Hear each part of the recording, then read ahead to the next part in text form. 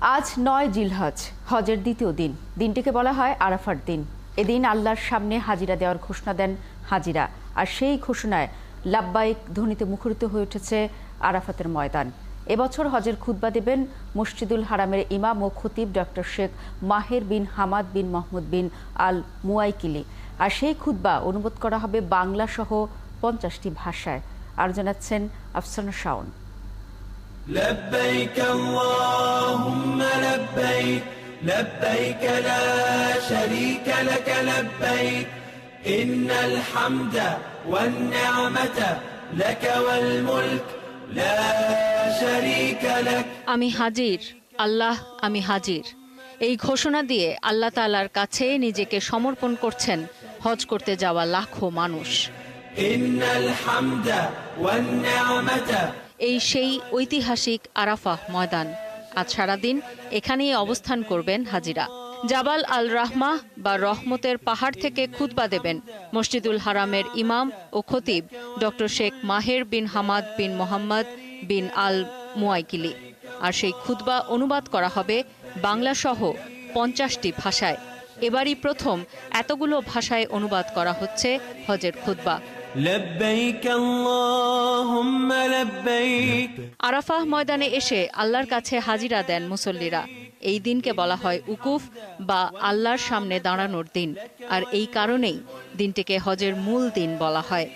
এখান থেকেই শেষ খুতবা দিয়েছিলেন হযরত মুহাম্মদ সাল্লাল্লাহু আলাইহি ওয়াসাল্লাম। لبيك لا شريك لك لبيك। মিনা থেকে ফজরের নামাজের পরই আরাফাতের উদ্দেশ্যে রওনা হন হাজিরা। দুপুরের আগেই আরাফার ময়দানে পৌঁছান তারা। মক্কা থেকে ২০ কিলোমিটার দূরে এই আরাফার ময়দান। আরাফার ময়দানে সন্ধ্যা পর্যন্ত অবস্থান করবেন হাজিরা। বিশেষ করে এখানে বিকেল কাটানোটা হাজিদের জন্য বাধ্যতামূলক। সারাদিন এখানে আল্লাহর কাছে ক্ষমা প্রার্থনা এবং ইবাদত বন্দেগীতে কাটাবেন সবাই। ইন্নাল হামদা ওয়ান নি'মাতা। মসজিদে নামিরায় জোহর ও আসরের নামাজ একসাথে আদায় করবেন হাজিরা। আসর থেকে মাগরিব পর্যন্ত আরাফার ময়দানে অবস্থান করে সবচেয়ে বেশি দোয়া করার বিধান আছে। বলা হয় এই সময়ের দোয়া আল্লাহ সবচেয়ে বেশি কবুল করেন। সূর্যাস্ত পর্যন্ত আরাফাহ ময়দানে অবস্থান করতে হয়। সূর্যাস্তের পর মাগরিবের নামাজ না পড়েই মুজদালিফার উদ্দেশ্যে রওনা হবেন মুসল্লিরা। লাকা ওয়াল মুলক লা শারীকা লা। আফসানা শাওন, ৭১। দর্শক, যেমনটি বলছিলাম যে আজ ৯ জিলহজ এবং আজকে কিন্তু হজের মূল আনুষ্ঠানিকতা হচ্ছে আরাফাতের ময়দানে। এই মুহূর্তে আমরা হজের আনুষ্ঠানিকতা চলছে, আমরা সরাসরি চলে যাচ্ছি সেখানে। আমরা আপনাদেরকে জানাতে চাই যে আজকে এই মুহূর্তে সেখানে কি হচ্ছে। আপনারা জানেন যে সৌদি আরবের সাথে আমাদের সময়ের বেশ খানিকটা পার্থক্য রয়েছে। এই মুহূর্তে আরাফাতের ময়দানে লাব্বাইক আল্লাহুম্মা লাব্বাইক ধ্বনিতে মুখরিত হয়েছে। এবং আপনাদের জানিয়ে রাখি যে এবার আমরা সরাসরি সেখানে চলে যাই।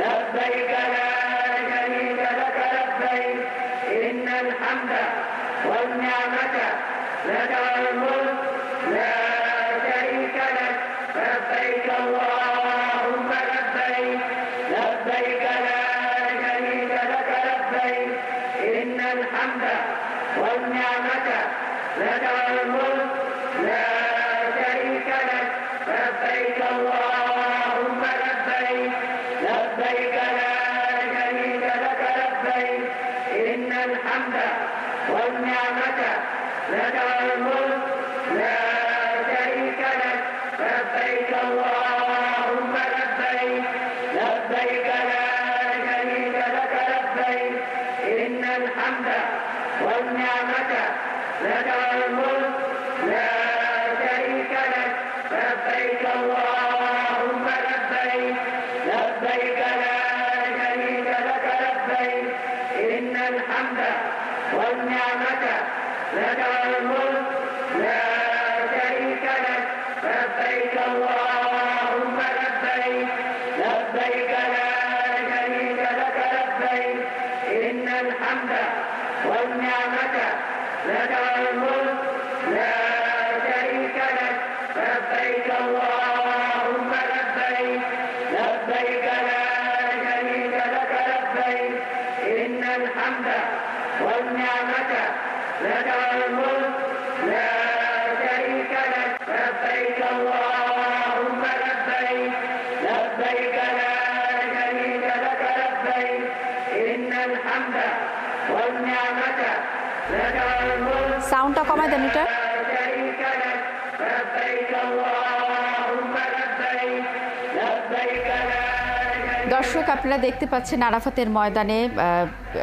যে লাব্বাইক ধ্বনিতে মুখরিত হয়ে যাচ্ছে। এবং আপনাদের জানিয়ে রাখি যে ধারণা করা হচ্ছে 20 লাখের বেশি হাজি এবার অংশগ্রহণ করেছেন এবং বাংলাদেশ থেকে সেই সংখ্যাটা 85,225 জন, সরকারি এবং বেসরকারি ব্যবস্থাপনা। এবং আপনাদের জানিয়ে রাখি যে এবার যেহেতু প্রচণ্ড তাপপ্রবাহের মধ্যে হজ অনুষ্ঠিত হচ্ছে, এ কারণে বিশেষ কিছু নির্দেশনা দেওয়া হয়েছে এবং হজ যাত্রীদের স্বাস্থ্যের কথা বিবেচনা করে কিন্তু 34,000-এর বেশি চিকিৎসক, নার্স রয়েছেন, প্রশাসনিক কর্মীরা আছেন এবং 189টি হাসপাতাল, চিকিৎসা কেন্দ্র তৈরি করা হয়েছে। এবং আপনারা জানেন যে অ্যাম্বুলেন্স প্রস্তুত করা হয়েছে এবং নানা রকম আনুষ্ঠানিকতা চলে। সেই সময় সেসব তদারকি করতে পর্যাপ্ত নিরাপত্তা ব্যবস্থাও রাখা হয়েছে এবারের হজে। إن الحمد والنعمة لك والملك لا شريك لك لبيك اللهم لبيك لبيك لا شريك لك لبيك إن الحمد والنعمة لك والملك لا شريك لك لبيك اللهم لبيك لبيك لا شريك لك لبيك إن الحمد والنعمة لك والملك لا شريك لك لبيك اللهم দর্শক, আমরা এতক্ষণ আরাফাতের ময়দানে ছিলাম, আপনারা দেখছিলেন সেখানে লাব্বাইক ধ্বনিতে মুখরিত হয়ে উঠেছে হাজিরা। সেই হজের যে আজকে মূল আনুষ্ঠানিকতা, আরাফাতের ময়দানে থাকা সেই আনুষ্ঠানিকতা তারা করছেন।